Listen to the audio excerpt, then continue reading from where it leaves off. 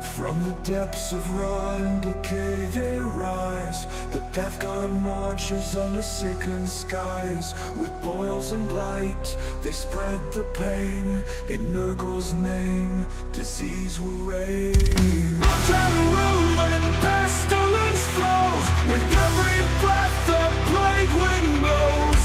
Embrace the rot, let flesh decay. The death god comes, none can stay.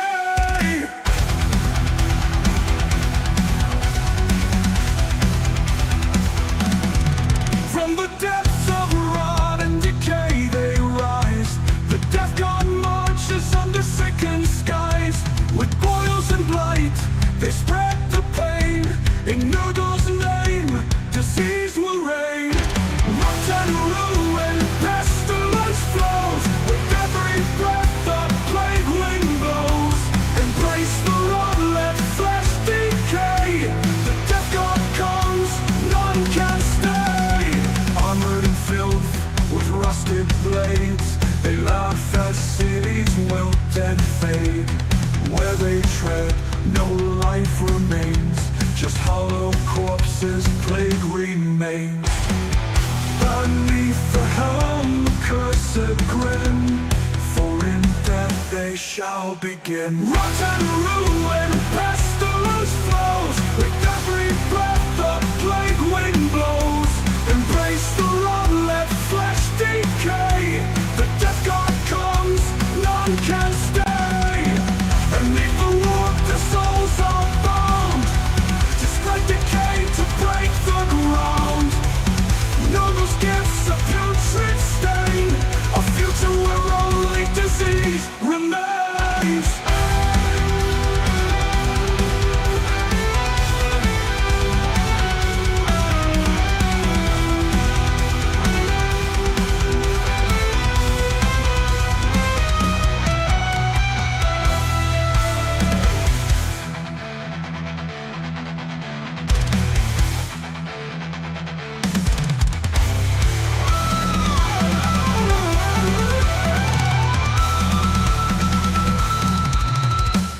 Rot and ruin, pestilence flows. With every breath the plague wind blows. Embrace the rot, let flesh decay. The death god comes, none can stay. The rot spreads, there's no escape. The death god seals your fate.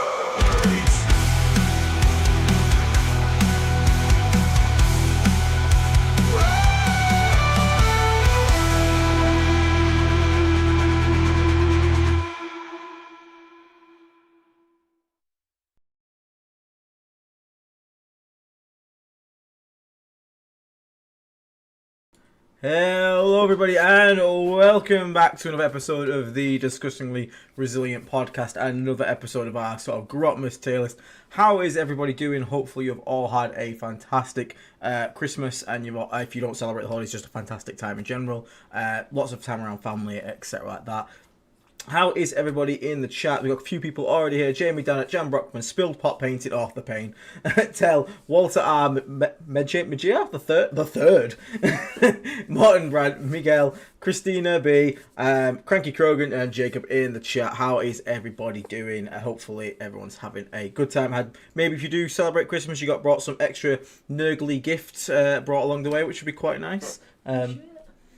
Oh, don't worry, I'm going to wear that one, don't worry. That's for tomorrow. I need that shirt for tomorrow. For those who don't, have you got it in there, actually? You'll find it. Natalie got me a lovely t-shirt. It has a lovely plague marine on it. Riding on a very, very cartoony unicorn. It's brilliant. But I need to wear it for tomorrow's RTT, which I've signed up for. So it's good to see everyone back. Obviously, we've had a few days there with a bit of a break. I'm sort of going to be kicking things back off. Dave and Will need a little bit more time, but that's fine. There's no issue there. So I do have an RTT tomorrow as well, before we just jump into this tier list. I am taking the fly-blown host to this RTT. It is a somehow 64-player RTT. Don't ask how we get that many players, but people are very eager to get playing. I don't want to remember my headset, I don't even need to. Let's get that off.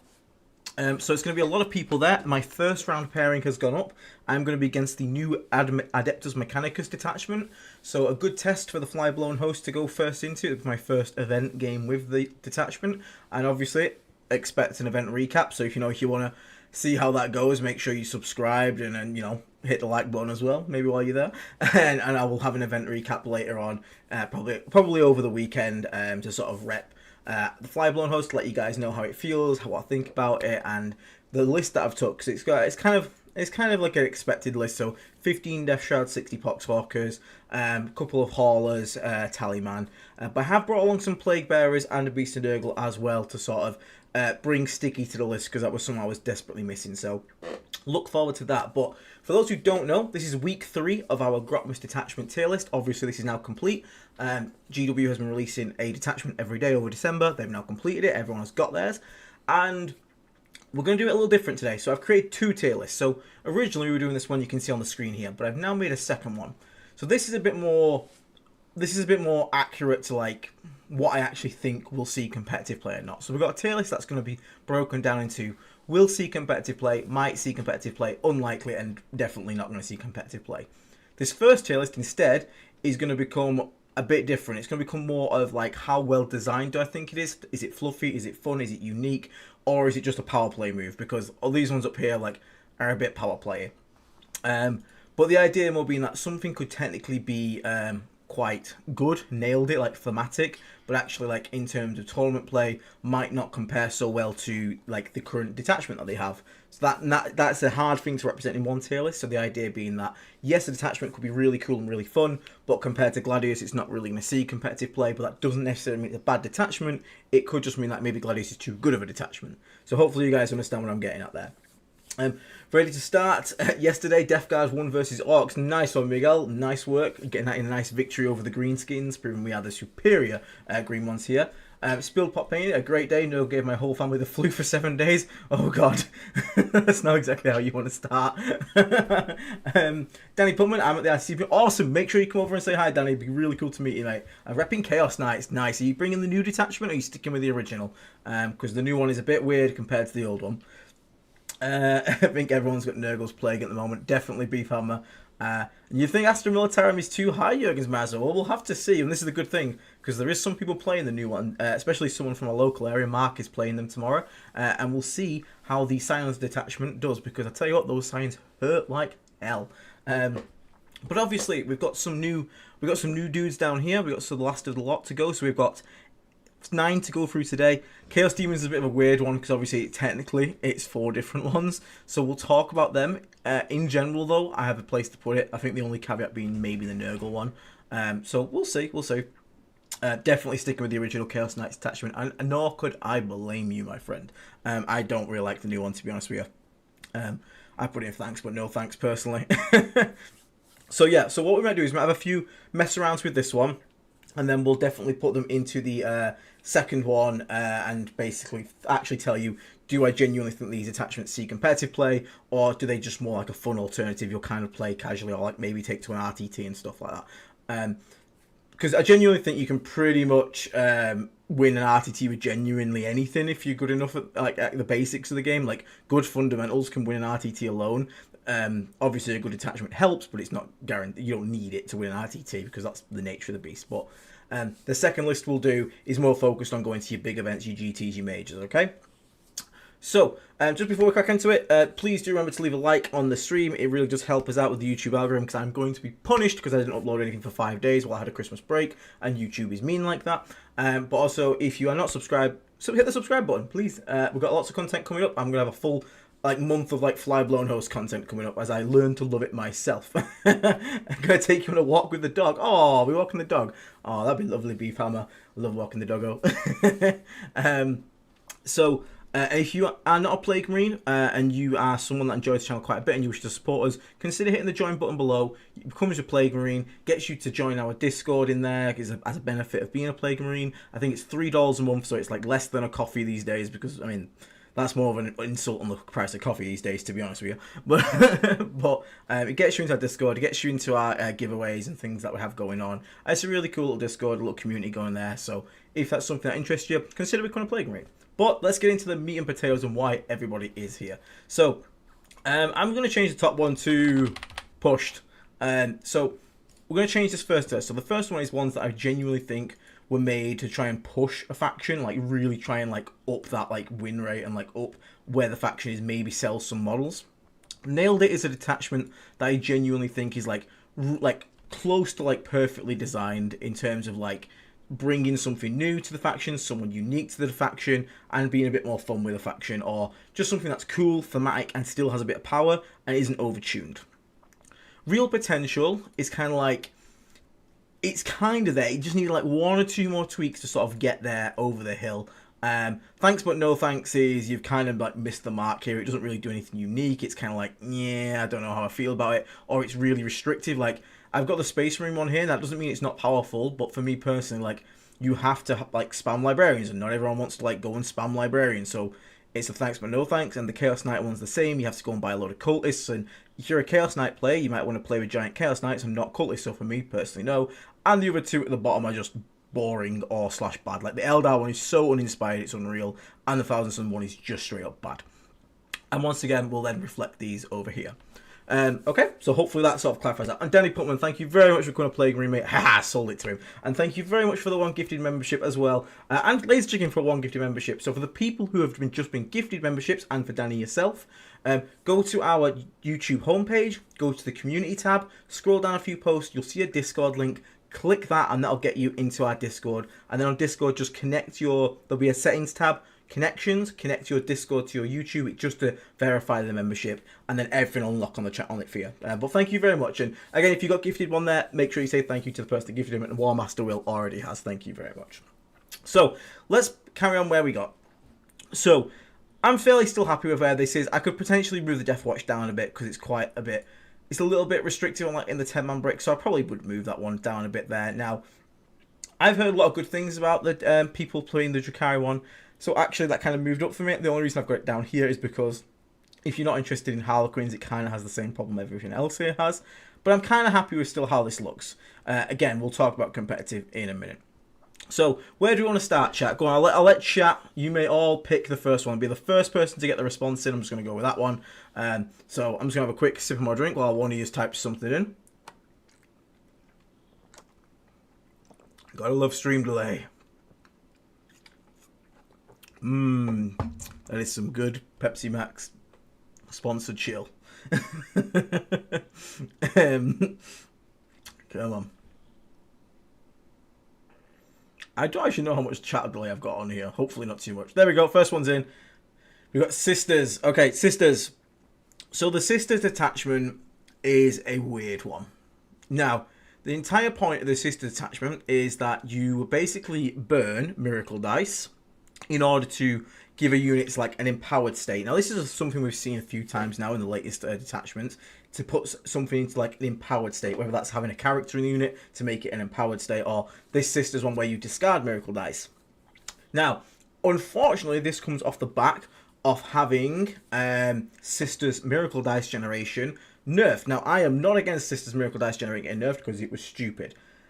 And I know a lot of people are shitting on this one, and I think maybe competitively, potentially you are correct. But I actually like it because it genuinely gives you something good to do with your bad dice. Now, the problem is, again, and this is why I've made the 2 tier list. Realistically, if we talk about competitive, right now, this is a why did you even bother?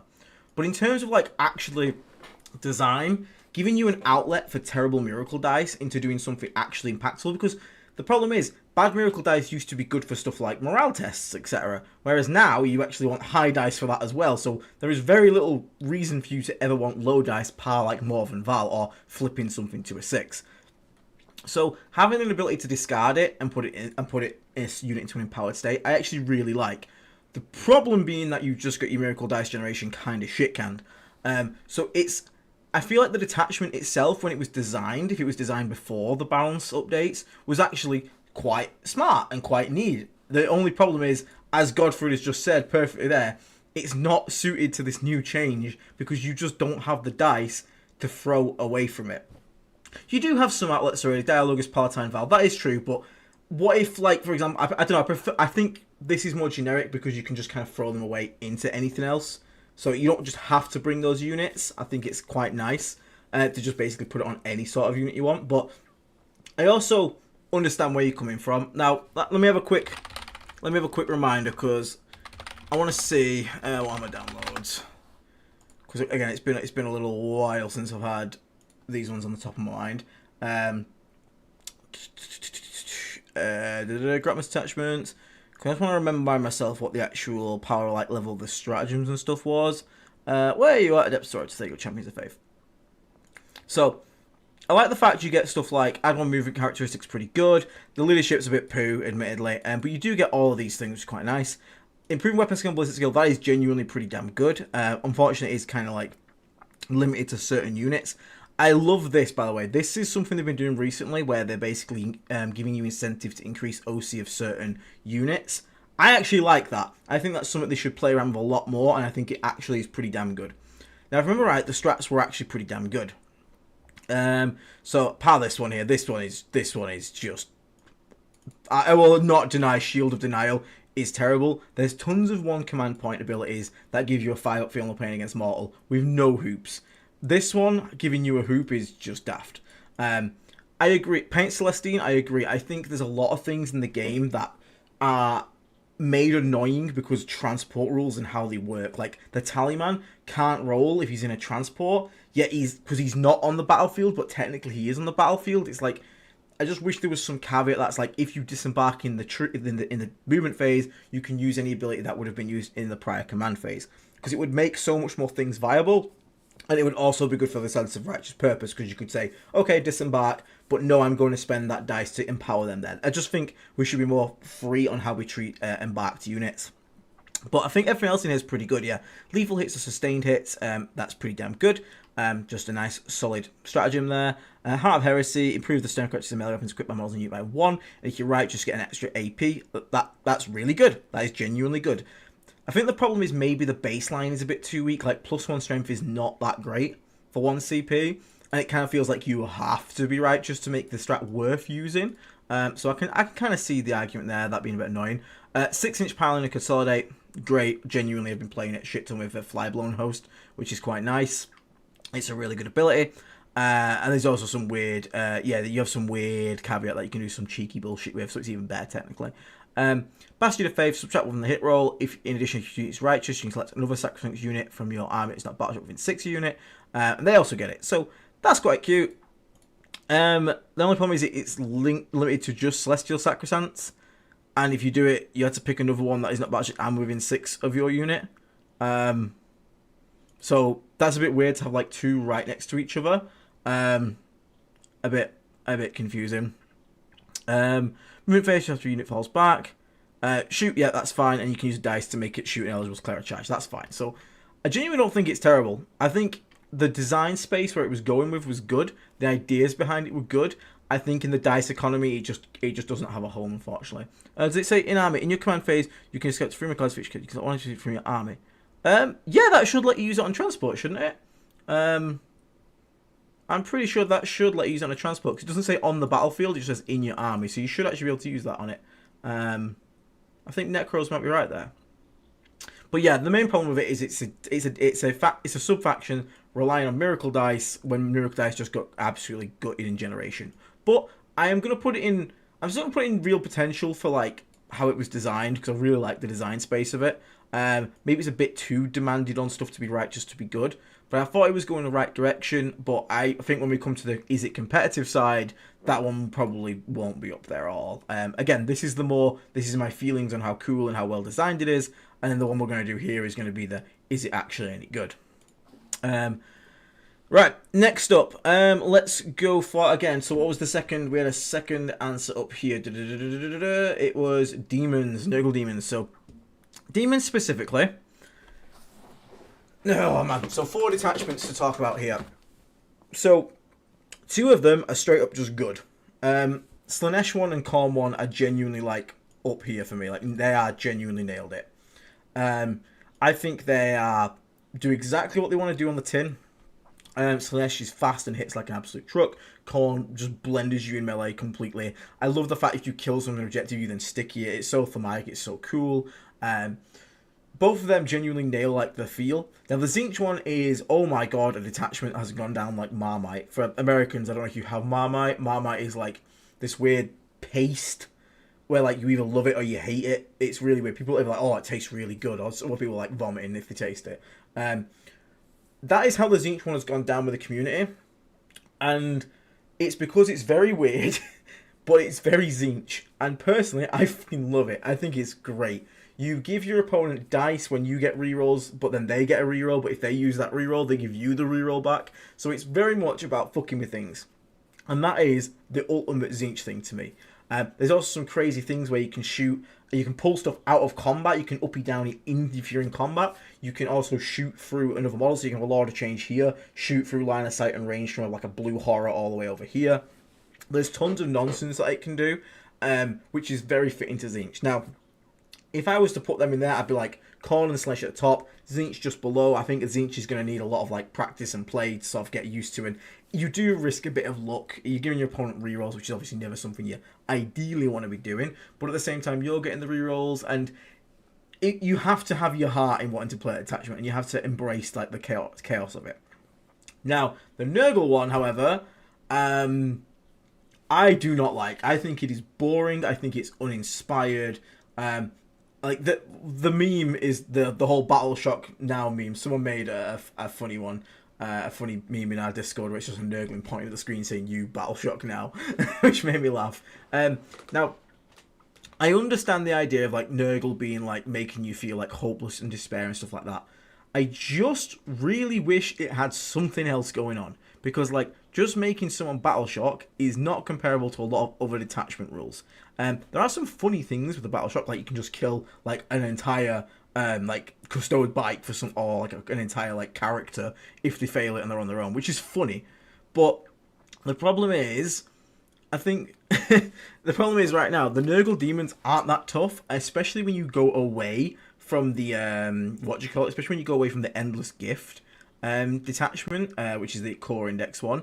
Your Great Unclean Ones don't feel tough, which they should. And I think the one thing, and it was the main thing, like the Death Guard playbase was upset at the start, and then the Nurgle demons playbase, like they play these demons and these models because they want to feel tough, and they still just don't. They I think it might have legs, especially more of a teams format. I think it could potentially have legs because playing a board control mass OC is good. The problem is there is good, and then there is like what people want and what is fun. And I don't think the Nurgle one's going to hit that for most people. However, due to the other nature of the other three being like super fun, thematic, and fit in the lore, I am going to put the demons in Nailed It with a slight caveat that the Nurgle one is honestly, it just lacks creativity. I just wish it had something else in there to basically make it a little bit more fun, a little bit more thematic. Godfrey, great thing in chat there. The Nurgle one is less creative one. Having something related to the Nurgle cycle where the three others are so thematic. Exactly, I would like, there's tons of things, like, just look at the AOS ones. They have things where if you hit something on a 6 to hit, they get an infection token. At the end of every turn, every unit rolls the amount of dice equal to the infection tokens on them, and every 4 up they take a mortal wound. Thematic, it's like diseases taking hold, damage over time effects, killing you like that, which is really, really cool. Making someone go, boo, and then be like, ah, and then failing a battle shock, or passing it, because it's just not, it's not even close to comparing to the other ones. Like, the Tzeentch one has the potential to fuck you over as much as it helps you, but at least it's like fun, active, you're engaging yourself and your opponent. The Nurgle one has a chance to just go boo, and then someone just not even fail the test, and then nothing happens, and it's like, cool. Yay. it's very strange. So I mean, I don't know. I don't think the Nurgle one is anywhere near the other level, but because again, this is the one based off design space and how fun something, how well designed, like thematically, and how much fun I think it is. I think the Demon ones still genuinely come out to a Nailed It. I think they have 4 different now definitely approaches to the army that you can definitely go down. I like the fact they also don't lock you to taking just those units. Obviously, you don't get any bonuses, but there's nothing to stop you taking like Nurglings in the Tzeentch one, for example, which is nice. We don't want to just limit people to one god, but obviously all the bonuses do go for the one god units. So it's like, obviously wants you to take mono god, but it's not forcing you, which is something I always respect. So genuinely, I'm going to put Chaos Demons up there. So chat, hit me up with the next one we're going to go with. What do you guys want to see?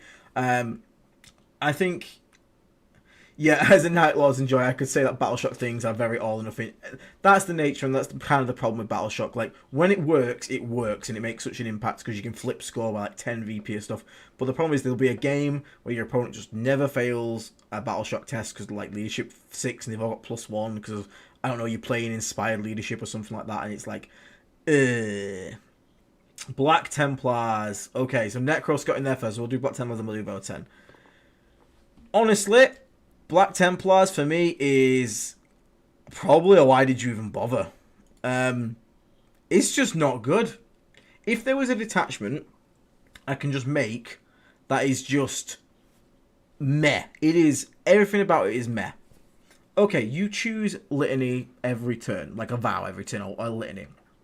Is okay, there's a bit of variation there. The problem is they're not really that impactful. It's like +1 strength. I think it's like +1 to advance and move, which is not bad. But the problem is it's definitely like playing Gladius Diet, but there's nothing there. Like normally you can have like a detachment rule that's like a 5 out of 10, a 6 out of 10, but then there's like a strat which like carries it, and it's like, oh, okay, that's where the money's at. This entire thing is just like, it's all like a 5. Nothing is particularly offensive or bad, but there's nothing good. It's just, this is the most 5 out of 10 detachment I've ever seen. And the problem is, like, if you can't even make one rule in a detachment exciting and fun, like, I don't even want to play it. And I don't see any Black Templar player out there picking this one over either Gladius or their current one, which both do the same thing. It's just, I don't know. I just don't feel like it's very fun. I just genuinely don't. Happy holidays to you, Go Caparzo. Thank you very much. Necros, DB, hear me out. It's not a melee detachment. Despite 5 melee threats, it's a Centurion and shooting battery army that can punch sideways way harder than it should. Okay, but I would then argue if you are a shooting detachment faced around Centurions, why do you have 5 stratagems about melee? I think that, I don't know, I just don't think it's very well done, and it's uninspired. Like, when I was reading the others, I genuinely spent more time reading them than this one. I was so bored on it.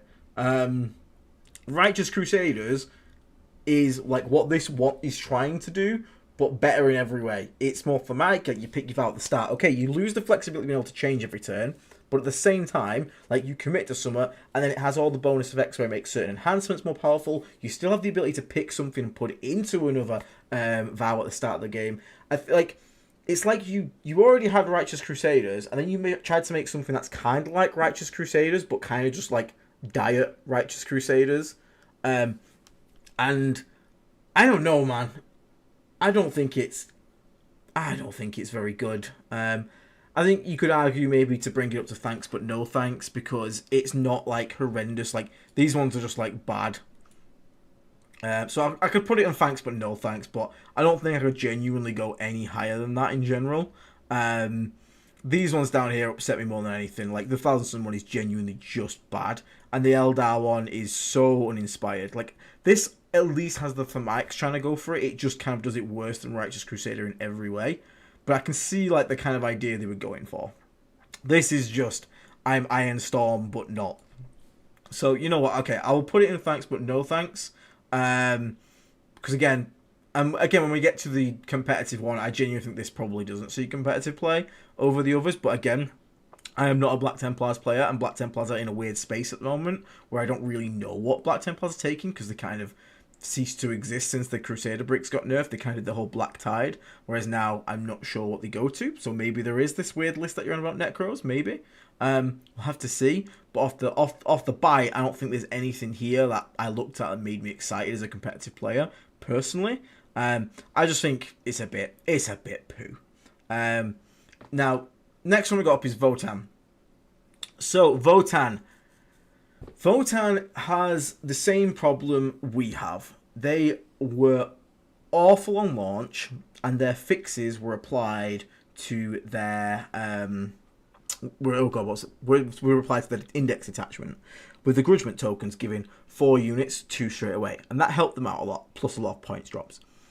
Now the problem is this new detachment takes away quite a lot of power, because you are instantly losing your 4 extra. Let me just get back to the downloads. You're losing your 4 extra Grudgment tokens, which was like the best way to generate them, because the problem is they're cursed by their army rule at the moment. Votann army rule just kind of sucks, because in order for you to get a rule, you have to lose units, and the control of that is also not wholly within your ability. Your opponent can just kill things, last models with units that either already have 2 grudge tokens or units they don't really care about.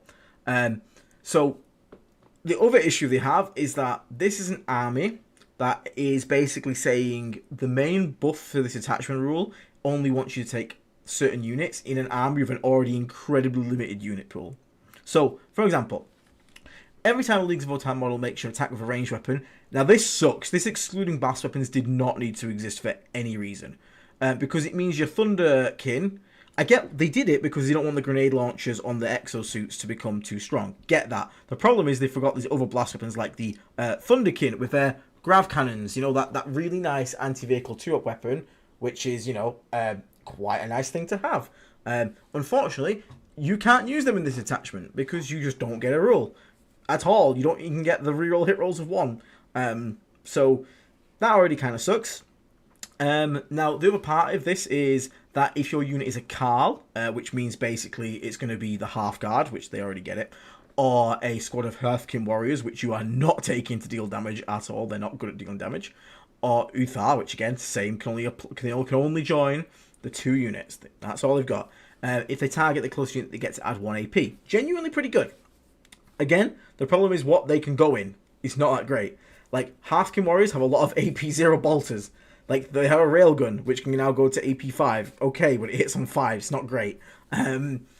It's just, there's not much can make use of this outside of the actual half guard themselves. So, like, for me, if you want to play this, you have to just, like, rock 30 half guards straight off the rip. Now, on the enhancement side, they got some weird ones. They got this, like, if you're within 12 of shooting at them, they get Armor of Contempt against you, which is just really weird for 25 points to have, like an opposite lone op. I kind of get the idea, me being like, because you drop him within 9, you shoot something, but again, let's think about the sort of synergies here. You drop within 9, you shoot the closest thing to make use of Methodical Annihilation, you probably kill it, which means the unit that was in 9, that was going to then be affected by this, is dead. Which means the thing that can shoot you next is probably just going to not be within 12 of you, so you're not going to get use out of it. Bit strange again. Making something -1 to hit, that's not too bad. That's pretty decent. Adding 2 to a bearer's wound characteristic for 10 points. Okay. Like, you can put it on a lone, like, Ironhead champion. It's just not exactly exciting, though, is it? I prefer the other one where you can get back up after he's been killed in the other detachment. And a camel only, it gives the unit to fight on death 4-up, which is not genuinely too bad. But again, it's only going to go on the half guard, and the half guard can genuinely be shot to death, especially because you don't have void armor in this attachment, outside of this weird thing up here. It is okay. It's not too bad. Now, the stratagem-wise, they're pretty good, and again, they're pretty decent. The problem is they just have weird caveats on it. So, like, until the end of phase, models in unit have a 4 invulnerable save. This could genuinely, in this army, just have been on anything, and it would have been fine. Like, maybe not on a Sagittor, maybe that's the only thing. But again, it's 1 Sagittor with 4 invulnerable. It's not the biggest thing. The problem is, it's going on Ironhead Halfguard, who have got a 2-up save and are going to be probably in cover. So unless you're getting shot by AP4, you're not going to use it. Warriors, 4-up invulnerable is probably not going to save them. And again, you're not really putting Carls in with Warriors, because it's just not worth the points investment. Most of your Warrior squads are being split into 2 halves of 5. And it's just not great on that one. A 6-inch pile and consolidate, again, is a good stratagem, but weird on Votann. Like, it's not really something they want to make use of too much, because again, the only thing that really wants to be fighting, like, 6-inch piling, like, berserks could potentially be funny. But again, they don't tend to live other turn after they go in. This one is generally pretty good here. 1 Leagues of Votann unit from your army. It's been selected to fight. It's fight phase only, which is fair enough. Having damage 3 or damage 4 concussion hammers with the berserks. Damage 3 concussion fists. That's actually pretty spicy. 2 command points though, and no way to gain CP in this attachment. Kind of hurts a little bit. Again, this one is just worse than the index one. It's an infantry only fallback shooting charge, whereas the index one has just any unit fallback shooting charge. Over here, 6-inch deep strike. Again, this was probably would have been much better when it was back in the days of 3-inch deep strike. Not that I want that back. I think 3-inch deep strike can go away. But again, it's not the greatest thing. Like, what, you can't charge after it, so this unit's just going to come down and shoot something, but it could do that from 9 inches away because they don't have rapid fire. They don't have anything that needs to get in close range, like melters. So it really doesn't make too much difference, just makes it a bit easier where you can land. And then down here, this basically says you are taking plasma on your half guard. That's about it. If this was on army with more access to units and more different things, it would be good. In terms of Votann, it's just not good. It has no, and again, the same problem I have with Flyblon, zero interaction with grudge tokens. Their entire army rule, which could potentially mean like it's going away. I hope it is, because it's just shit. And that could be an indication that it is. But you don't make use of your army rule. It gives you no incentive to get army rule stuff. It's very limited on the units that it can go to. And, like, genuinely, I was thinking putting flanks but no flanks, but I genuinely put this in wide. I play Votann, bear in mind. And at no point do I look at this and go, yeah, I'm going to try that. I'm just like, no, that's garbage. Like, and again, it's not necessarily the detachment's fault. It's the army is cursed like we are with bad data sheets at the start. It's been pointed to the point where you're looking at... You are pointed around and built around the original index at this point, as Necros has just said as well. So, genuinely, I think that was a big miss. It might change. This is the thing. The ones that are indexes, they said they've designed these in context of the codexes. So codex could come out, this could flip all the way up here for all I know. But as of right now, it's just not it. It's just not it. And the entire Votann community felt the same. It's a very big meh. And it's just not something anyone's excited to really take and try. Again, the only way you take and try is if you have 30 half guard, really. I don't want 30 half guard. I'm not running out. It's not exciting enough for me to run out and get 30 half guard. So, in my eyes, as of right now, before Codex, because I'm not going to judge it based on what the Codex gets, because I don't have that right now, it's a big fat. I'm not even going to bother. So, it's a fail. Not as bad as these, though. Not as bad as these. Personally, for me. World Eaters Please, says Epsilon. Okie dokie, let's get into some... I agree, Godfred, as well. They don't genuinely have... they don't have an identity for Votann at the moment, and I think they're kind of struggling to find them an identity, which is always a danger when you add more armies to the game. They do feel a bit like Marines in general. Like, you have transport, you got your Terminator unit, you got your bikes. So hopefully they can find an identity that's more than just, ooh, I'm angry you killed me. Okay, World Eaters. I was genuinely thinking, how the hell do you make a detachment for World Eaters? Because red thing go smash, red thing go punch smash. I genuinely think they absolutely smash this one. I think it's such a cool detachment. You basically pick, I think it's 3 units, and you pick them at the start of your battle round. And they become, again, we'll just say empowered. And the empowered guys basically get to pick a 3rd blessing and it's on for them. You don't roll it, you just pick it. What this says to me is, this is the Surgeon's detachment. This is the thinking man's World Eaters. The other World Eaters is Unga Bunga. And don't get me wrong, you should never really just full Unga Bunga as World Eaters. But the other one is just me Unga Bunga, me full send, me hope, Angron come back. This one gives you more control, but it is traded off, and that is every detachment made should be a case of trade-offs. It should be this gains X but loses Y. So you gain the ability to pick every turn the blessing for these 3 units. Advance and charge whenever you need it. Plus sustained hits whenever you need it. Feel no pain whenever you need it. What you give up is the access to get a 3rd blessing for your entire army like the other one can do. But if you are playing a more scalpel precision game, then I actually think this could be better for you. Now, the other problem you've got is that you do obviously lose some output. You're not getting your +1 strength, you're not getting your +1 attack. So again, you have to be a bit more aware of what you're thinking. Now, that is offset because you have stratagems to give stuff like Berserkers, like +1 AP, which is really nice, full rerolls to wound versus vehicles. So it's going to require a bit more thinking and a bit more pre-planning rather than just like absolutely slamming something in. And Epsilon nailed something as well. This army has support for units that have been overlooked and undertaken. And again, That's why the Custodes one's up here. The Dreadnoughts are dog shit. This detachment, I don't care if it's not actually good competitively, it makes them actually takeable and viable. And this does it for Demon Princes, and that is exactly what these Grotmas detachments were supposed to be when they came out. That is why all the ones up here are in the nailed it tier, because they get units that were like either underran or underused, or they bring some really cool mechanic and ability to make you want to take new units and make it happen. So for this, for me, like I said, again, I've spoken to Dara from the Red Path. We're going to have a Chaos Pantheon stream about it soon, and we'll obviously talk about it. And you can obviously get the word from the Blood Lord himself's mouth. But you can just see from his excitement when he's talking about it. I watched his stream when he was reviewing it at first, and they're obviously super excited. There's lots of cool things in it. It can do lots of different things.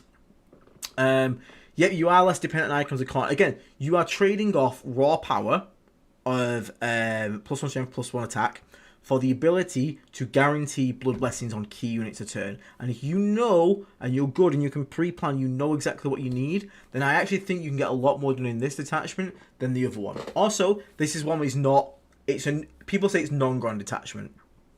I don't think it's a non-Grand detachment. I think Angron can be taken in it, but this is one where Angron doesn't feel like the first 400 points you put in a list.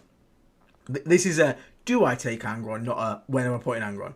Whereas the other one, just like you slow Angron in, that's about it. Like, he's got to be in there. In this one, there's genuine argument to be made to not take him.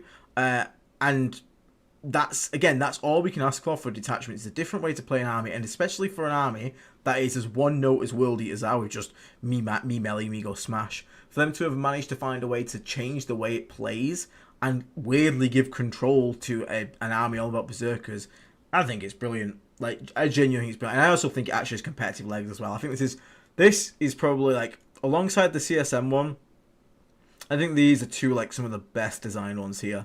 I think they're both powerful, I think they're both good, and they're both flavorful. So I agree as well. Necros. It rewards high play, but it's not too demanding. The skill floor on it is a bit higher than the other one, but it's not out of reach for like new players. Like, you could genuinely pick this up and still understand it and play it as a new player. It's not like you're playing Metal Gymnastics, but at the same time, if you are able to play Metal Gymnastics, you can get some crazy stuff done with that list here.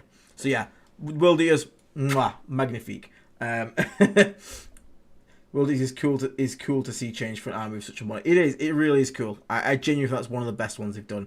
We were talking about who won the tier list of like between the gods and the Chaos Pantheon. Khorne is so far up there. Nurgle's like somewhere in the middle, and Zinchi's like way at the bottom. Like, we're so like varied where we are. But you know, it's pretty cool. Right, 4 left to go. Where are we going next, boys? Or girl? Maybe there's a girl listening. Nat's tuned in. That's one female. That counts. We've got left Tau, Space Wolves, Genius Occults, and Blood Angels. So we've got 4 left to go through. So, and then we'll quickly assemble the sort of like, is it competitive list? So, what do you think, guys? Where should we go next to? Some interesting ones there. It's quite some interesting ones. Some of them pretty cool. Some of them, to be fair, they're all kind of cool in a way. They're just, I don't know how well some of them work out. Tau. Okay. Tau is all about auxiliaries. So there wasn't much support part of the full auxiliary Kroot hunting pack in the codex. There was no real like hybrid. We'll do Tau them Wolves. Okay, we'll do Tau them Wolves. There wasn't really like a hybrid. Like the Kroot one kind of wants you to go all in on Kroot. This one basically has you making more of like how it should be in my head, which is the auxiliaries are auxiliaries and they support the main thing. I actually think not only is this one up in nailed it, I think this one might even have competitive legs.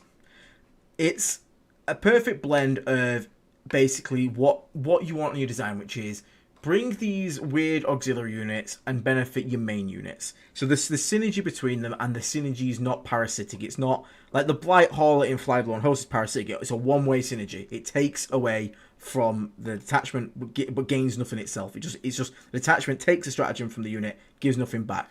The Tau one, the auxiliaries support the non-auxiliaries, and the non-auxiliaries support the auxiliaries. I genuinely think this could genuinely become one of the like main staple ways to play Tau, especially with a 3-inch deep strike to Rat Cadra, and I would be super excited to see it. I think Also, it opens up list creativity again. It's not just a lot of people putting like Vespids in the list for them to just go die or some infiltrating recruits. Whereas now you have a reason to try and keep them alive and try and make plays with them and actively use them rather than just, oh, my Vespids are going to come in, deploy homers and then die. They can actually achieve quite a bit of stuff now. And increasing AP of units for they've even got like the stratagem, haven't they? They've got a stratagem to increase strength if something's within range of an auxiliary unit. Like getting Riptides above like that strength 9 that they're capped at is a big deal. Like getting a strength 10/11 Riptide is a big deal in like terms of wound roll. So that's really cool to see. But it's not just like, hey, spam more battle suits. It's a new way to approach the army that rewards combined arms, which is always one of my favorite. It is combined arms is always like my favorite approach to the game. I think you should have a bit of everything in a list. You shouldn't just spam some Dread Knights. That's why I hate this fucking army. I hate this army. But I think from like a design perspective, the Tower one is great, and I think it opens up quite a bit of builds. Let's have a quick. There we go. Auxiliary cadre. There it is.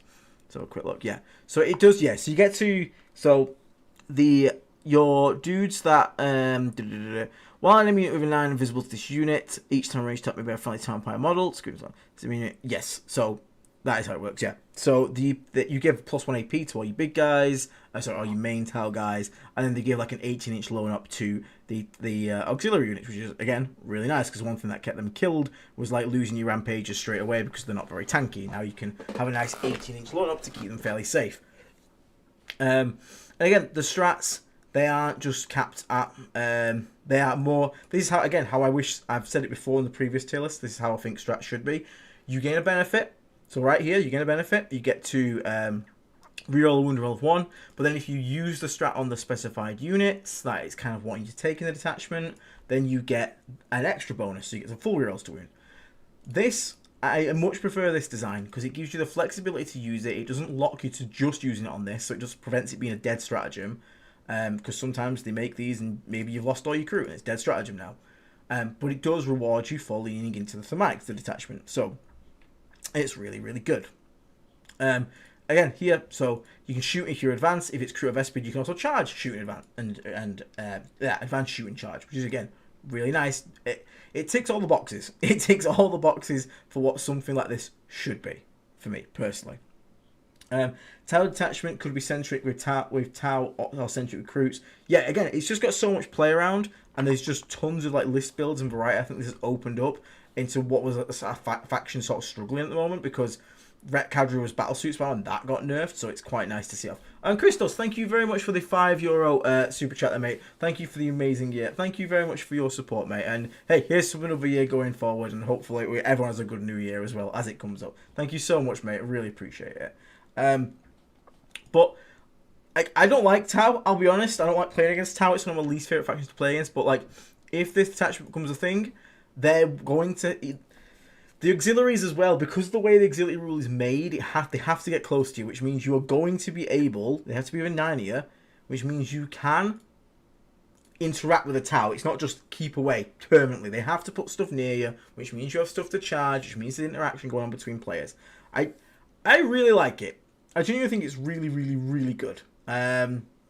So this for me stays up and nailed it. Which, you know what, as the month has gone, we've got quite a few nailed it for thematics. I think this one also has potential of potentially seeing tournament play. So I like it. Now, we had a request for Space Wolves next, I believe, wasn't it? Yeah. Wolves. Wolves is a weird one. I like the fact that the Wolves one tried something different. It genuinely is a detachment rule that no one else has, and I respect that. I don't know how well it works in practice, though. And I think the problem is, it might be a little bit too niche. I think it might be a little bit too niche for it to be good. And I'm torn between having it in thanks but no thanks, or real potential. Because the problem is, I don't think you take this at all over anything else. I think Gladius does it better, and I think Champions of Rust does Space Wolves better. What you do get is you get OC2 terminals, which is pretty good. You get some uppy downy terminals, which is quite nice. You get this weird, the enhancement is really good. Like the 6-inch, I'm just going to charge you, is really good. But the 3-inch one is just, there's not many times that my opponent just walks within 3 without either the intent of charging me or completely evaporating the unit. Do you get what I mean, guys? Like, how often in your guys' games, how often do you find your opponent putting them within 3 of you and not charging you or killing your unit? Like, okay, there is scenarios where, you know, someone toes onto an objective, but the problem is for this, at 3 inches, you have to literally be almost on the centre puck. So the problem is on a lot of maps, the centre puck of an objective is on the unsafe side to hold for the defending player, because that's how the game is made interactive. Because if not, you just shove, you know, 20 OC on the safe side where you can never get shot and your opponent can't interact with it. So it's easier to get on the unsafe side of the objective for your opponent, which means they'll be able to get out of 3. Now, if you have the enhancement for 6 inches, that becomes a big problem. That is a hard thing to deal with, and that's genuinely scary. But the problem is the 3-inch one. I don't know. I'm just. It does let you death ball Terminators. It does generally let you death ball Terminators. The problem is, our Terminator is good enough. Okay? I think we can agree on this. It is probably a better Terminator detachment than the Space Marines First Company Task Force one. It's probably a better Terminator detachment than that, because like that detachment is kind of poo. It just gives you old oath for 1 turn. That's it. So I actually like it better than that. But I think the problem is, it doesn't do enough elsewhere to make you like want to run it in general or get super excited about it. I think maybe they overvalued the power in the detachment rule, because it is really good, and again, I respect it because it's unique as well. I really do respect it because of how unique it is. The problem being that outside of this, like, what do they get? They get Uppy Downy is quite nice for Terminators, which is pretty cool. You get Stealth. Yeah, that's me. It's alright. They have a Battle Shock at -1 stratagem. It's okay. They have a Sticky Objective, Armor Contempt, and then the ability to get Lethal or Sustained 1. It's just... I feel like it's on the power level of this Black Templars one here, in that nothing really screams really great, par the 1 enhancement, which genuinely is great. But the problem is 1 enhancement enough to carry it? I don't think it is, compared to like Champions of Rust and stuff like that. I think this one is a bit of a swing and a miss in my personal honest. But again, let's caveat. I'm actually gonna put in real potential, because like, this tier list again isn't off competitiveness. This is off design space, and I think this is 1 or 2 changes away from probably being a pretty good attachment. It's not really there yet, but it's unique, it's different, it's quite Space Wolfy as well, to like always be looking for a fight for anyone that's nearby, and it throws back to their old days of having old heroic intervention back in 9th edition. So yeah, and that's the thing, Epsilon, it had more potential. It just needs something a little bit. Honestly, weirdly, I would actually drop Armor of Contempt from this one. I feel like when Armor of Contempt got announced that it was going to be on every Space Marine attachment, like, I was like, oh, cool, so every army's going to have, like, 1 stratagem it carries over. That never happened. It's just Armor of Contempt. Like, and I feel like Armor of Contempt sometimes takes up a slot where people don't want it. Like, the Raven Guard detachment, don't really care about Armor of Contempt that much. Like, it's good, but, like, I'd probably rather have something else in there, because, like, my whole thing is I'm probably trying to not get shot in the first place. Or the White Scars one, like, I would rather have something to maybe just hit harder on the charge. It's a good... AOC is always good. It's a good strat. But I just don't know if you always want it. I always feel like Marines have 5 strats, because you do. You have AOC on 5. And it's the fact that that isn't shared between any other faction in the game is weird. It's wet dog center. It stinks, but you still love your dog. Yeah, I can see that. I think it's got all the things to be pretty good of Space Wolves. And it is very thematic and new, and it's different as Space Wolfy. And I will put it in real potential just for the fact that I like the fact they've tried something different with it. I respect them trying something different. It's not just a copy-paste like some of the other ones on here. But I don't think it's... And again, this is why we got this tier list we're going to quickly run through, because I don't think it'll see much competitive play. BA or GSC? Like the final 2 now. Let's go for Blood Angels. So Blood Angels is all about characters. The problem being that Blood Angels is having to compete with whatever assault group it is, Lazarus assault group, God knows. which is very good. +2 strength, +1 attack on charges. Kind of crazy, and it's some really good strats. What do you get here? Well, you get to pick 2 of the abilities below, and any character-led units get to basically either do these. So you can reroll advance and charge rolls. It's pretty decent. You can shoot and charge in a turn you fall back. That's pretty good. Or you can reroll all hits and rerolls 1. That's obviously, really, it just says pick this and then pick one of the other 2. That's kind of what it basically says. Now, again, you are kind of forced to take characters. Now, there is a strat in here which allows you to act as if you get the character keyword, which is pretty good. The problem is this worth the impact of losing +2 strength, +1 attack? And again, I'm probably not thinking that. Like this here, Focus Fury, is Red Rampage, just without, which with a different caveat, being that you need a character. And this here, this Instant of Grace, you're not really going to be looking to use this to trigger an empowered stratagem, because you're basically paying 2 CP at that point for a stratagem. Or you could just play the other detachment paid 1. Yes, you battle shock yourself, but again, if you do it right, you won't need both. And if you, because again, you've got so much more output. Yeah, I think that is the problem. Godfrey, the base, whatever assault group is, I can never remember what the L stands for, is really good, and it plays exactly how they want to. And in here, I also believe they give up advance and charge, don't they? Yeah, they do. Like here, like an uppy downy, we've already got this in one of the other attachments, and it's still just not that great because uppy downy kind of wants you to be using shooty stuff, really, which isn't really it's not really like Inceptors, like pretty good, but again, it's not really what you want, because like what you're gonna do, bring Inceptors, then pay. So uppy down them, pay a CP to make them a character that can roll hit and moon rolls of 1. 2 CP for 1 decent uppy downy. You're probably not going to do it. And again, Blood Angel players want to be smacking you. That's why they play the army. Like ranged weapons having sustain. So I guess the one thing you could say is this is more of a combined arms. Liberator, thank you very much, Jacob. Appreciate it. Oh, thank you very much, Prometheus One. So $5 super chat, mate. Disgustingly good year for us, Aiden. 10k subs. That is the goal, mate. That is the goal. 10,000 subs for 2025. That is the goal we have set, and hopefully we'll get there. But yeah, I'm looking forward to 2025, and thank you for the ongoing support. I remember you being here for like the very first one, Prometheus, so really appreciate it, mate. So I think this could be their attempt at trying to make a combined arms. Lose points for no funny 6-inch Consolidate Dread. True, very true. Because again, these do work in shooting, so like you can have like a Hellblaster unit of a character now rerolling hit rolls and wound rolls of 1, and you can't really lock them up because they're gonna be able to shoot if they fall back, which is quite nice. And they're like a sustained hit stratagem for shooting. So it's kind of like Azrael but bad. It's weird. I don't think you were ever going to outdo Lazarus Assault Group. Was a Liberator. He's already told me, I've already forgot. I think potential, because again, it gives you a different way to play. So here's the issue.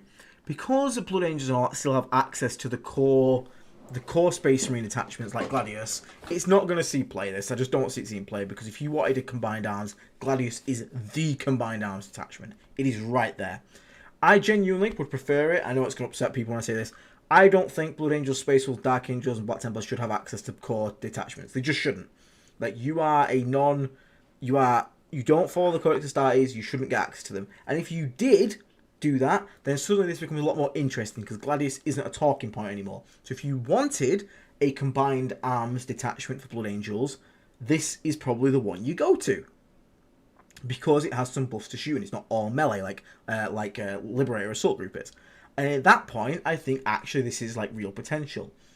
And so many of these attachments, this one down here, so many of them are held back by the fact that these guys can use core ones and Gladius exists. Because someone name me a better detachment for an all-rounder, general, all-purpose combined arms detachment other than Gladius.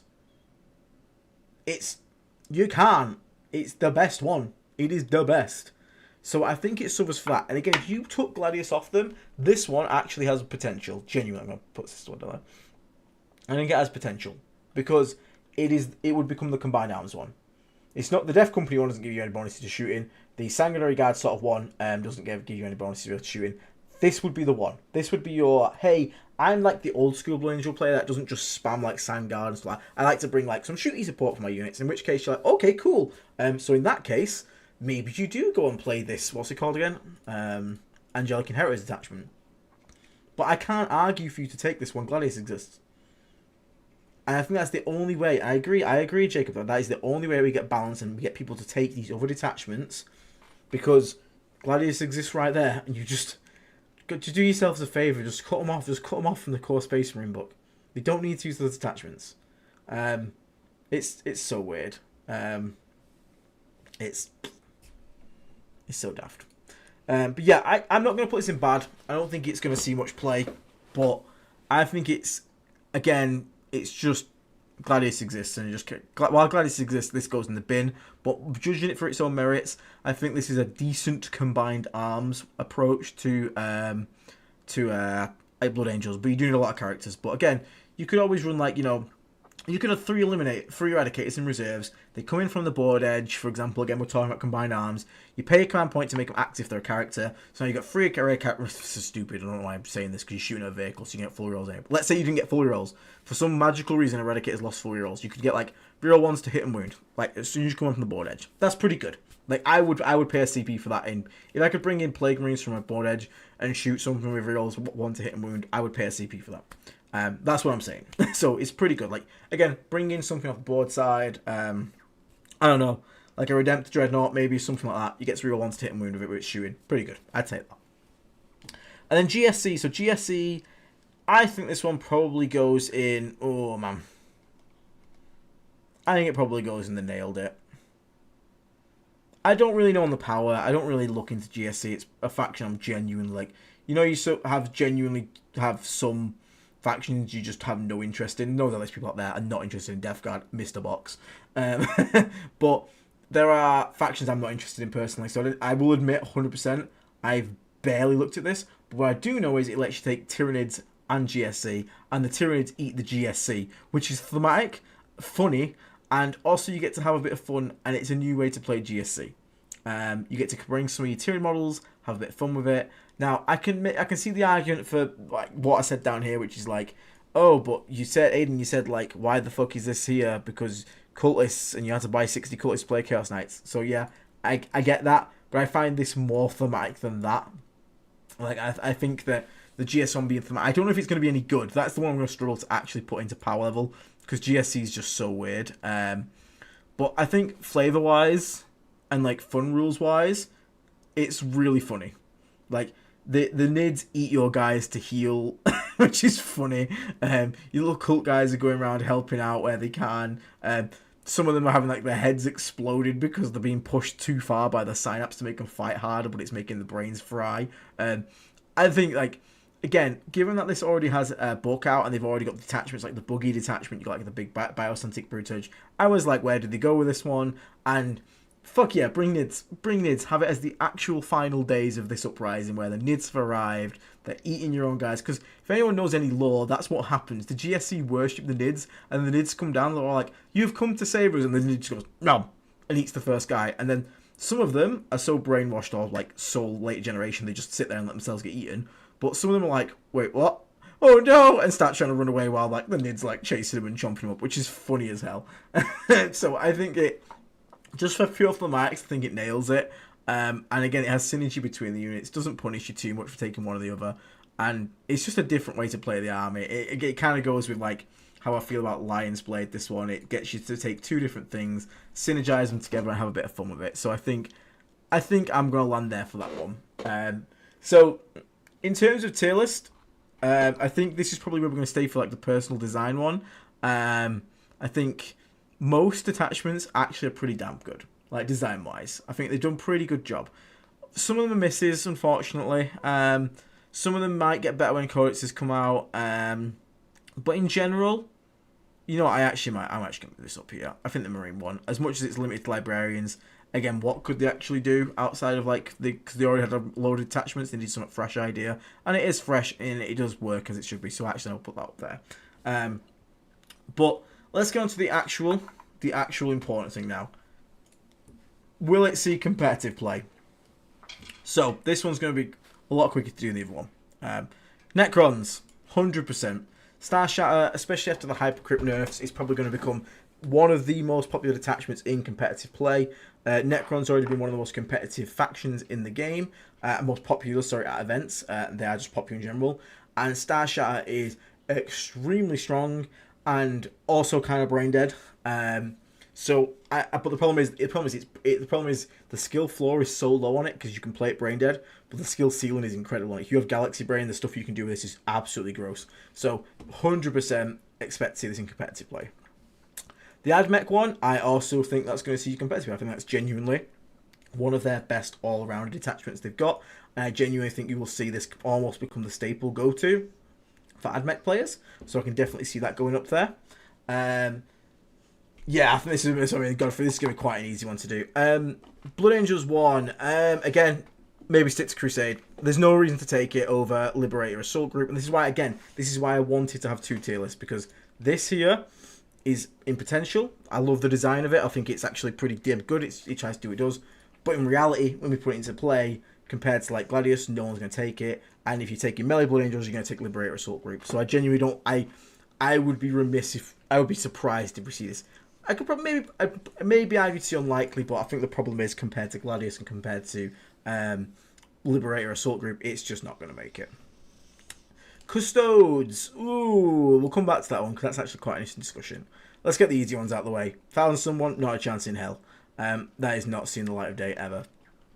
Now, what else we go for? Let's go for Black Templars. Nope, ain't going to see that.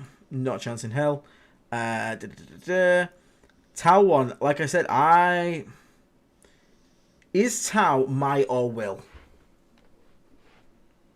I'm tempted to see it in will because of the nerfs to Ret Cadre, and I think Tau are playing around. Now, whether it'll stay up there, but I think there's a lot of hype around it, and I think you'll start seeing it a bit. The other problem with this, though, is there might be some hobby lag because people don't have tons of auxiliaries, so there could be some hobby lag. But I think this will see competitive play. I'm not saying it's going to be like the best, but given the nerfs to Ret Cadre and Tau are already struggling, I think they're willing to try something new, and I think this could potentially be the will up there. So I'm going to put Tau up there. Sisters is unlikely. Sisters could actually maybe stick to Crusade because again, just the Miracle Dice economy is just not good. I'll put it unlikely now. I don't want to say it's dead out, but I don't think we're going to see it in all honesty. But I think it's at minimum it's very unlikely to see competitive play.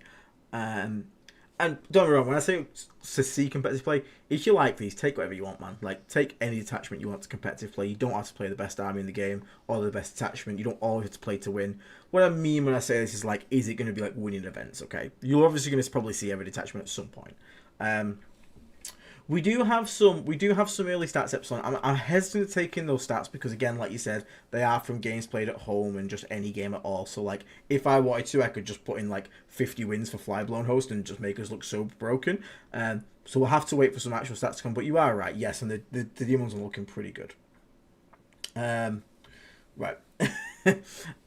So, what should we do next? Votann one, I also think it's unlikely to see competitive play.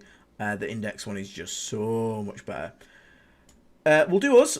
So I think it might see competitive play. Now, I think it might see more competitive play in teams format. I think it has too many bad matchups in general to sort of go in singles.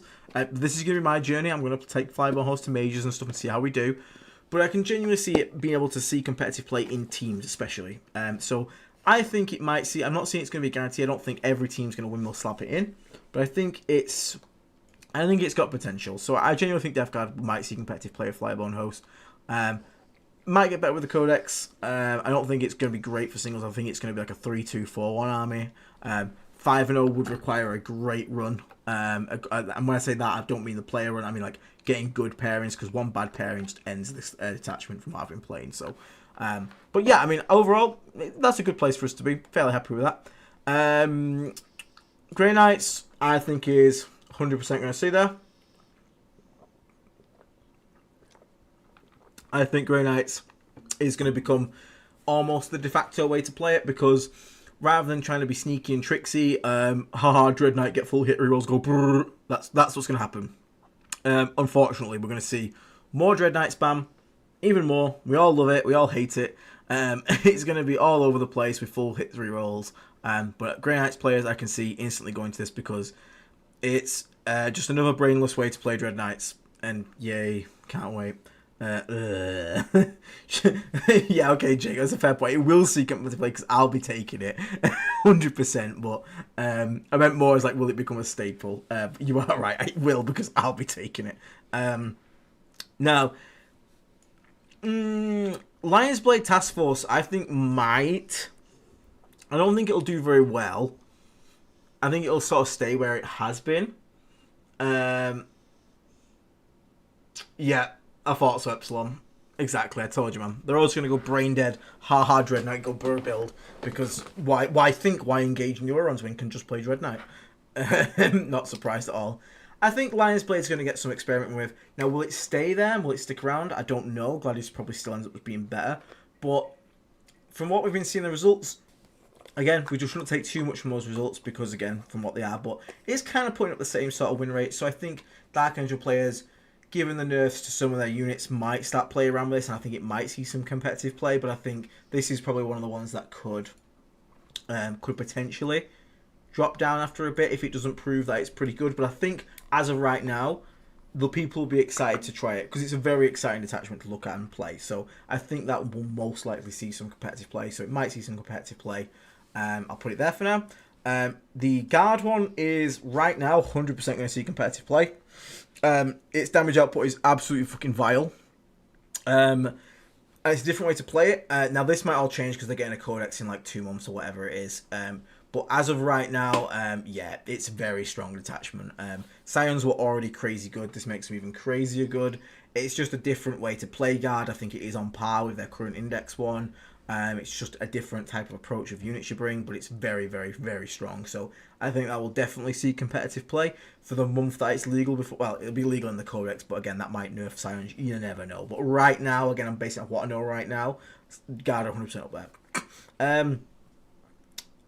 I think Librarius Conclave is going to see some competitive play. There's a lot of people going about the Stern Guard combo. This is definitely, I think, one of them that's going to start here and drop 100%. But there's a lot of hype about the Stern Guard being daft and all that stuff, so I can see it definitely seeing play. I think you're going to see it encountered a few times, Librarius Conclave. This is one, I'm more confident in Librarius dropping off than Lion's Blade, but right now, I have to say, yeah, you're probably going to see it in competitive play. So, I can see that there. I agree, Epsilon. I think Custodes is probably going to see play. A lot of Custodes, even just for the fact that Custodes players want to run the Dread Knights, and they don't have many great detachments anyway. So I can see people taking this, and again, it's like Knights and Dread Knight spam. It's very easy to get onto the table. You bring a couple of Dreadnoughts, so get used to seeing Custodes Dreadnoughts. If people have got them and they want to play them, you're going to see that a lot of the time, so I can definitely see that. World Eaters, I think he's definitely going to see competitive play.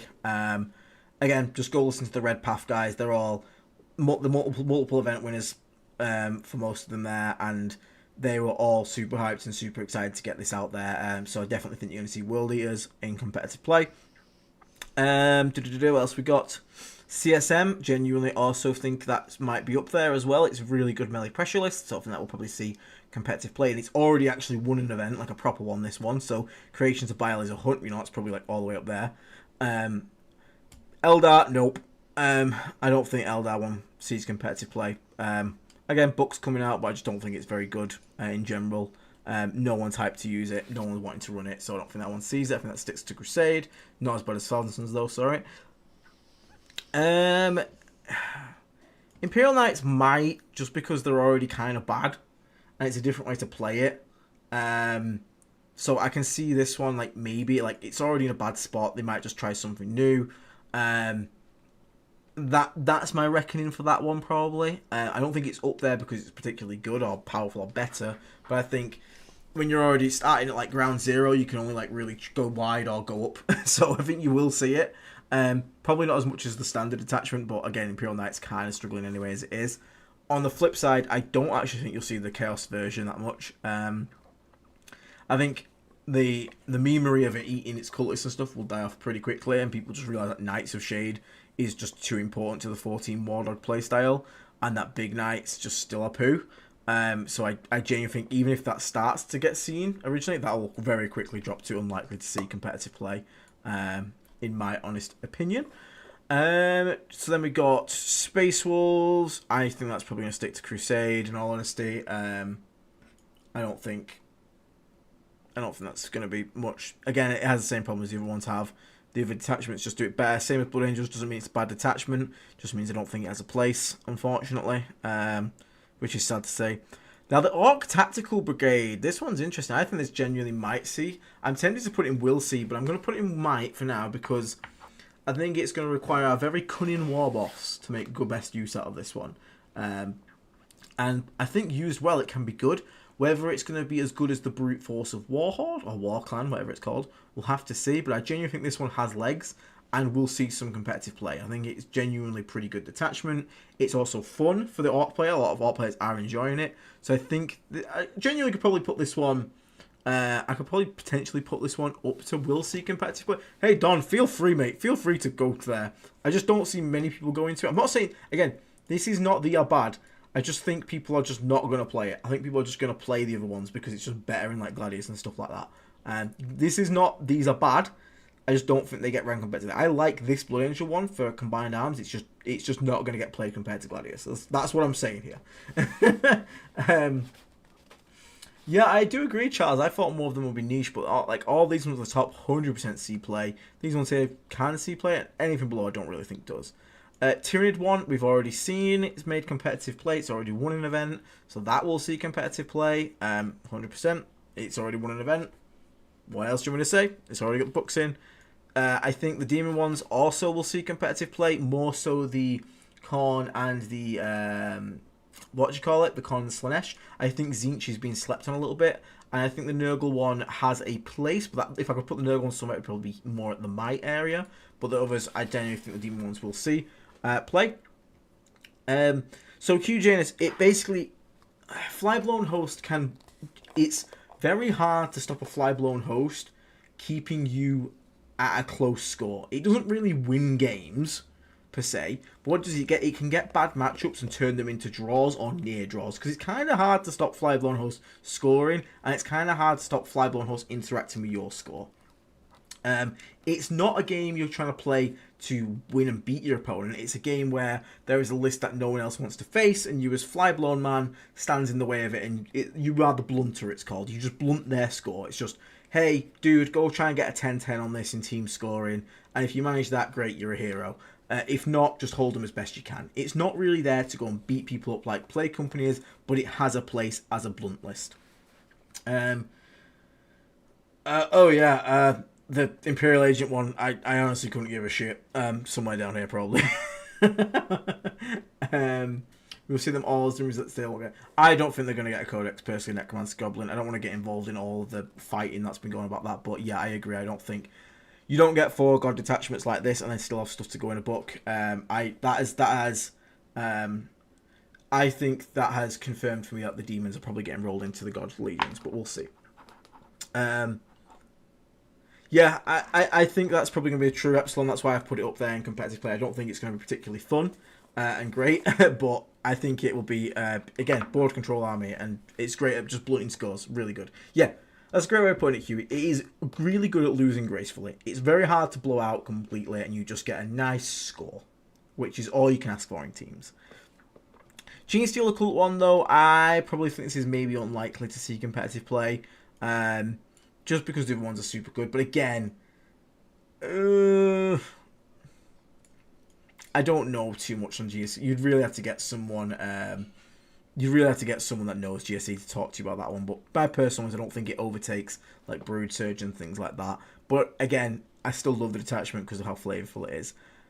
Deathwatch, I mean, it's going to see competitive play because it's the only detachment to play Deathwatch, so you're going to see it. Will it be at the top of the game? Don't know. It's actually quite powerful, though. I'll give you that. But you are 100% going to see Deathwatch because it's the only detachment they've got.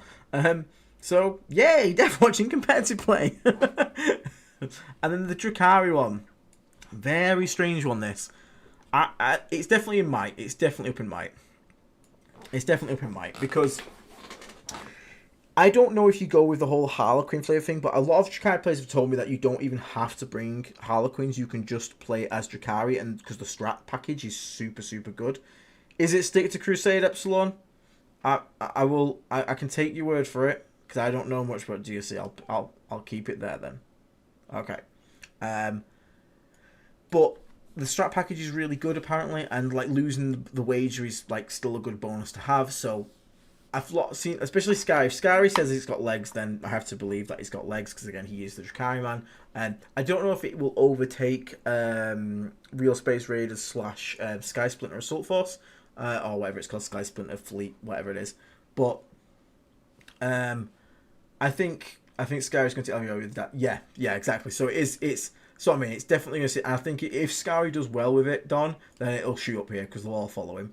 But I think right now it's sort of up in the air, but it's a very good attachment. I think it's along the lines of these here. The ones at the top are like, yeah, this is 100% going to get taken. Like these are going to get taken. And again, I'm not saying the Deathwatch one's good, but it's the only way to play Deathwatch. So if there is a Deathwatch player going, he's taking it. So all of these, I think we will 100% see the players taking them. Not all, because like World Eaters is a great, maybe not. But again, it's very viable.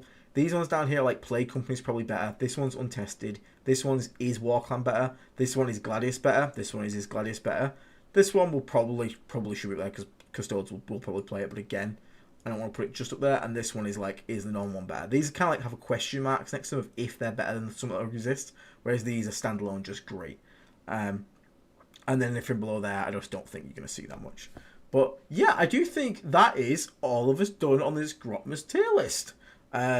I'm fairly happy with how it ended. I think it's in a fairly good place. I don't know how about you guys feel about it. Hopefully you guys have some like good agreements or some disagreements, which is fine. But overall, I mean, has Grotmas been a success? I think it really is a coin flip. I think it really depends how you feel. I think if you were... There's a lot of people that are very happy, a lot of people that are a bit down. And I think the power level balance between them wasn't great. I'm not going to lie, I don't think the power level balance between all of them have been incredible. But I was happy to see a fair bit of variety, like apart from like walking through walls. Like goddamn, everyone can walk through walls these days. I think there is more hits than misses. Yeah, I agree. I think there is genuinely more things to be excited for than there is to be bummed out about. I think the only one that I'm really bummed... I think these are the only ones that I'm bummed out about Votann. And I think Fel and Sons players and Eldar players are pretty bummed out. Everyone else... that time I was probably a bit bummed out. Everyone else... I've even seen some Chaos Knights players excited because it just gives them something different to try. But everyone else has something to try. In general, you're okay. But, I mean...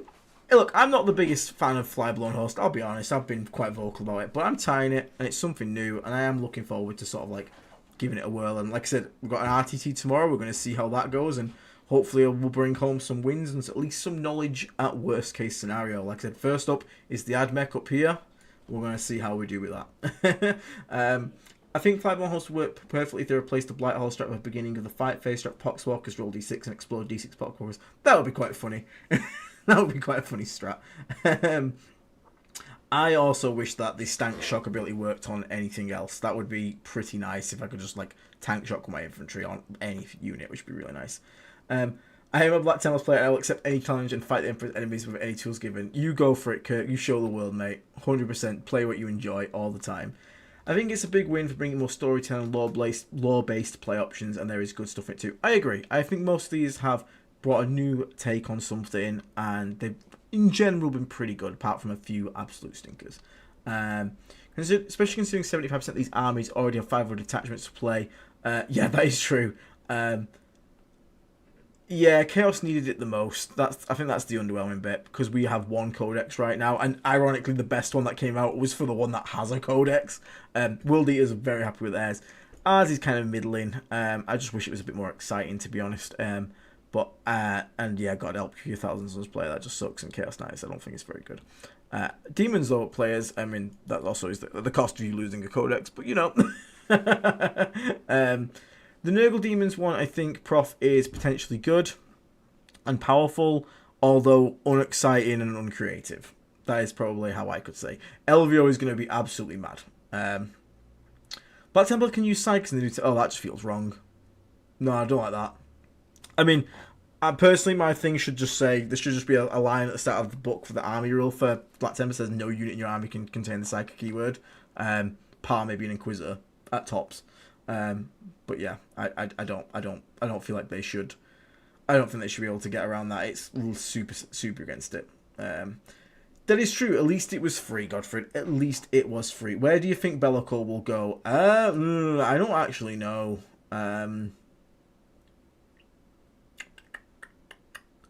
I don't actually know where Bellico goes. Probably just sticks his index, maybe, or joins CSM, but he'd be in the CSM codex, so that was the thing. I genuinely don't know. I think even if... I wish I knew. I genuinely don't know. I genuinely don't know what happens to Bellico. It's going to be very strange. We shall have to see.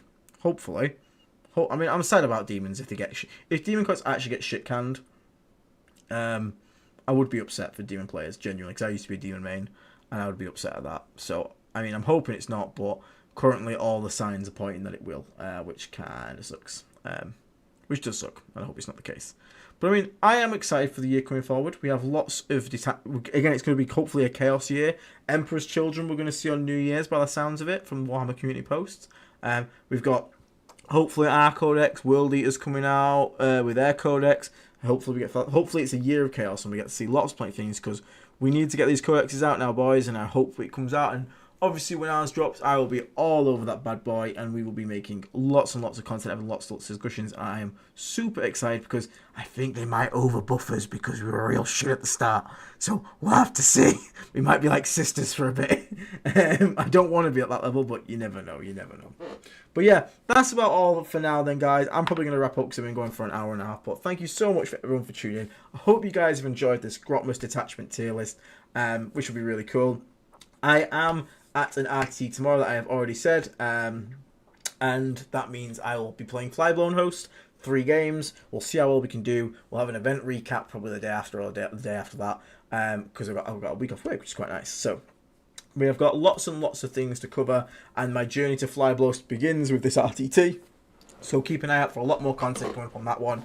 And again, me, Dave, and Will be back for some more discussion soon at a certain point, and we'll analyse the new meta. And for anyone going to LVO, make sure you say hi to Dave, who's going to be there, and he's going to have a full LVO sort of breakdown as well. So that will be awesome. But yeah, it's been a fun stream getting all these in, and I have definitely think ended it on a more positive note than I started it. I've tried to be a bit more positive in my energy rather than shit talking a certain faction that won't be named, because I don't want to upset anyone's feelings who do play the army.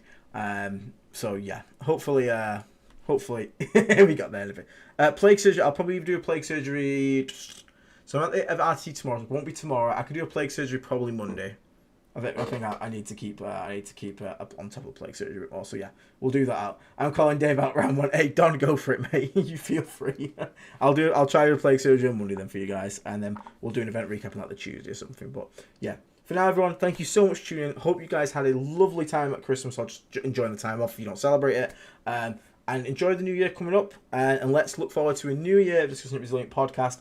New giveaways, new members, new content, new codex, all the stuff going forward. I'll be here with you to go through it all and hopefully keep playing our favourite faction. And yeah, let's keep the plague spreading and doing our good job of being good representatives for the hobby and for our faction. So thank you so much to everyone for tuning in. Enjoy the rest of your night.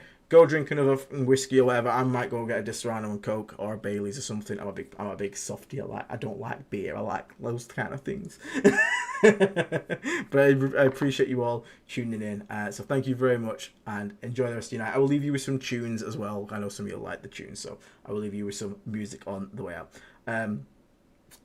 Came in too late. Merry Christmas, Happy New Year, big guy. I'm gonna start from it's from beginning good tomorrow. Oh. Awesome, thank you very much, man. Appreciate it. I hope you have a good year yourself, mate. Over at Bloodborne Tactics, Bloodbath Tactics. So Bloodborne. I've got Bloodborne in mind. Keep playing Souls-like games at the moment. Been playing through Lies of P, and Bloodborne's just in my head. Bloodbath Tactics. Check those guys out. They had a really cool battle report actually featuring Flyblown Host. So give it a check out. It was real good actually. I did watch it. Man, that damage output is non-existent. But yeah, enjoy the rest of your night, guys. Enjoy the tunes. I'll see you all later. Bye bye. I forgot how to do this. It's been 5 days and I forgot. Where's the button? Oh, God, there it is. Okay, see you later, guys.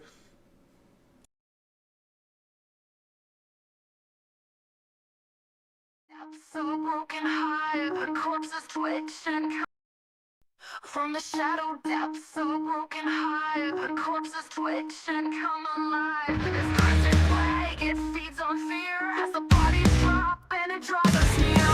Our skin is crawling, something's inside, internal organs liquefied. Death God's gift, a twisted fate, no escape from me, yeah, it's too late.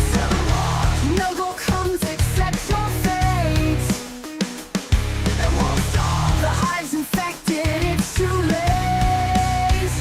Watch it all decay, falling to your knees. The hive will consume when it's sick disease. Our souls corrupted, can't run, can't fight. The walking pox now takes its bite. The walking pox now takes its bite. Run the rod, run the rod. Walking pox now takes its bite. Lungs are burning, pox fills the air. You scream for help, but no one cares. Bones are breaking, bodies swift. The death guard's gift, death's toxic kiss. Pale-eyed stare with a hollow glare.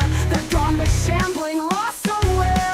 This hive is his, disease and broom. No light survives in this darkened tomb. Then no comes except your fate, and won't stop. The hive's infected, it's too late.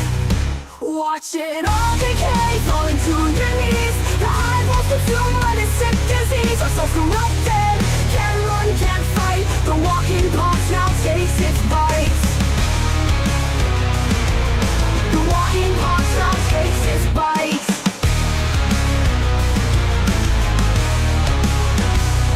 You'll feel it settle deep inside. There's no cure, nowhere to hide. You breathe me in, you can't escape. I am the plague, I am your fate. What can you feel it in your bones? This is where it now goes home. No mercy here, you're out of time. Your final breath is at last mine. Watch it all decay, falling to your knees. The hive was consumed by the sick disease. I'm so corrupted, can't run, can't fight. The walking box now takes its bite. The walking box now takes its bite. Watch it all decay, falling to your knees. The hive was consumed by the sick disease. I'm so corrupted, can't run, can't fight. The walking box now takes its bite. The walking box now takes its bite. From the skies we come to claim our prize. A world infected before your eyes. We are the run, we are the end. The death god's mercy is death again.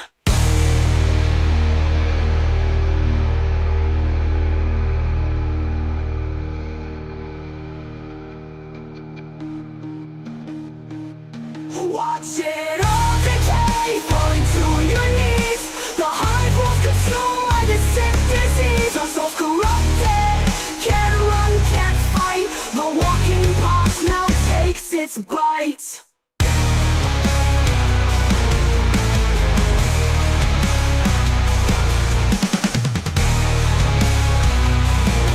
The walking pox now takes its bite.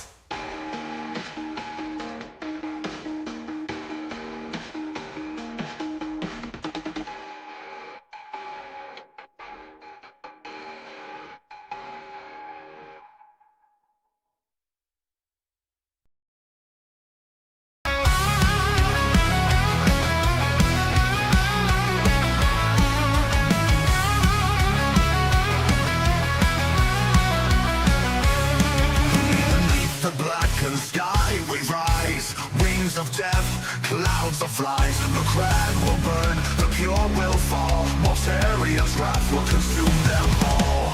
Ultimately by crumbled in the dust. Your emperor's light can't stop the rust. Disease and rot by your final breath. Now kneel before the reaper's death. I am the plague, I am the rot. The end of all that you forgot. You fought for hope, you fought for life. Now your shiny world slowly dies. From the skies I bring despair. Your warriors choke on poisoned air. My crack in flames, hear the cries. Mortarian's plague, watch his glory dies. The reaper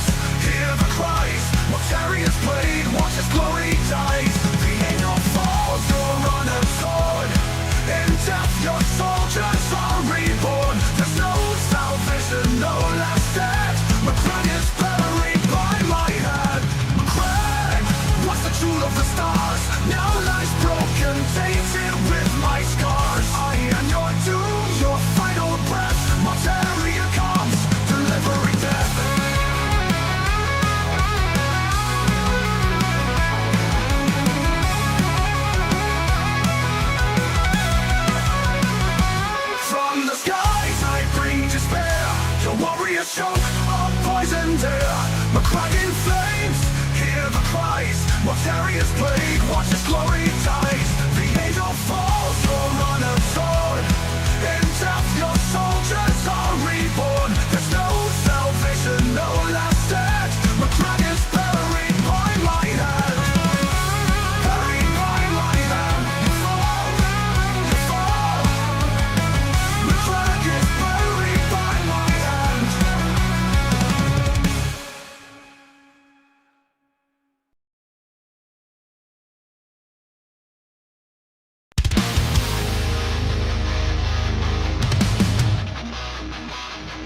Through the haze of rock they rise to the fight. Growing machines born of plague's delight. Steel fused with flesh, corrupted and vile. Rolling forth in Nurgle's blessed style.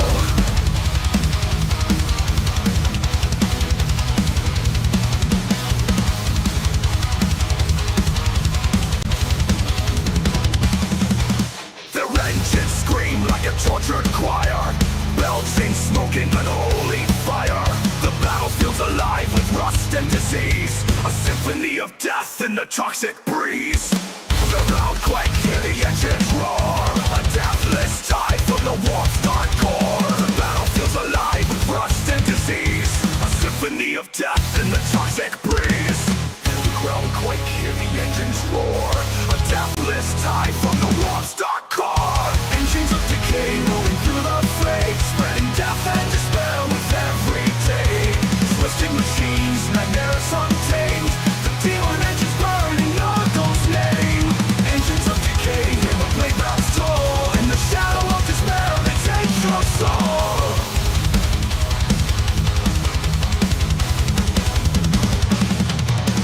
Fetid blow drones with their pestilent hum. Rot flies screech as the end has begun. Cursed abominations defying all life, they carve through flesh with their rusted knives. Flamers, crawlers grind the earth below, spewing bile where the dead trees grow. The grotesque forms applied upon man, warp forged horrors in the grandfather's plan. Feel the ground quake, hear the engines roar, a deathless tide from the warp's dark core. Engines of decay rolling through the flames, spreading death and despair with every day. Twisting machines, nightmares untamed. The demon engines burning Knuckles' name. Engines of decay, hear the blade mouths toll. In the shadow of despair, they take your soul.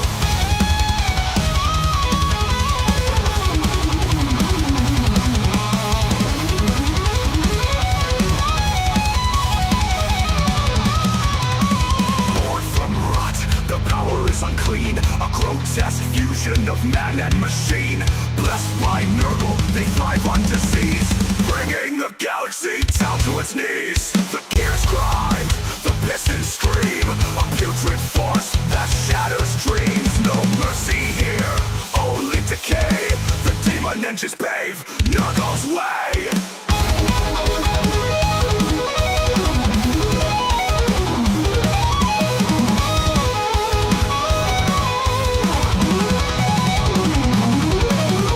Engines of decay rolling through the flames, spreading death and despair with every day. Twisting machines, nightmares untamed. The demon engines burning Knuckles' name. Engines of decay, hear the blade mouths toll. In the shadow of despair, they take your soul. Rust and ruin mark their unholy tread. Machines of Nurgle, the bringers of dread. The skies are dark, the fields are gray. Hell, the Death Guard's engines of decay.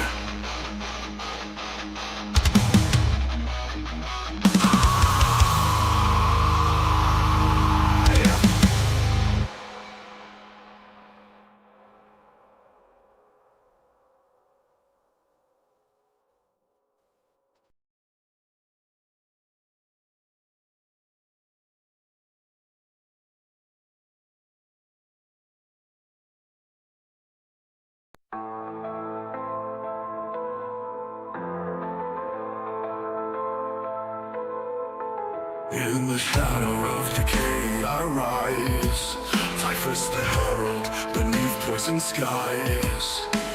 With Nurgle's rattling was to waste.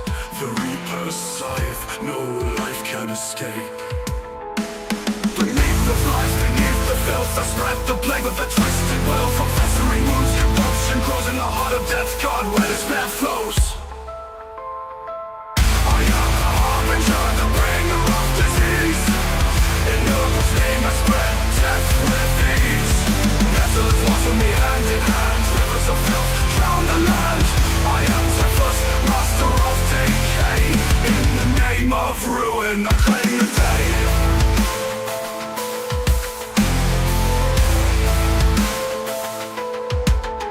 The Imperium's light crumbles to dust. Wherever I tread, what consumes the just. Space hulks reek of a foul rebirth. Carriers of plague across the cursed earth. Beneath the flies, beneath the filth, I spread the plague with a twisted will. From festering wounds, corruption grows in the heart of death god where despair flows. I am the harbinger, the bringer of disease. In Nurgle's name I spread death with ease. Metals walk with me hand in hand. Rivers of filth drown the land. I am Templars, master of decay. In the name of ruin, I claim the day.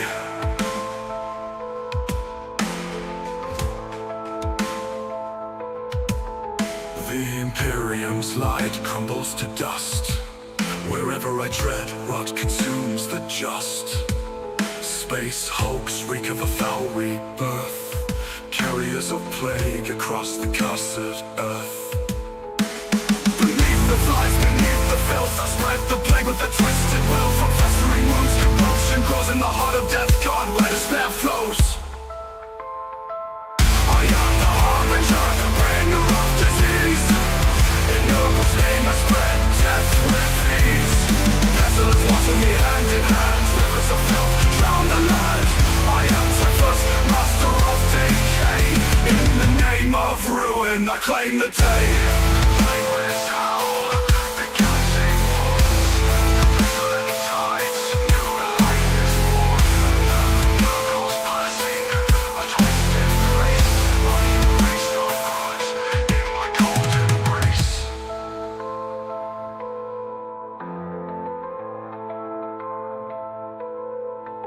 Fear the plague fleet, fear the end.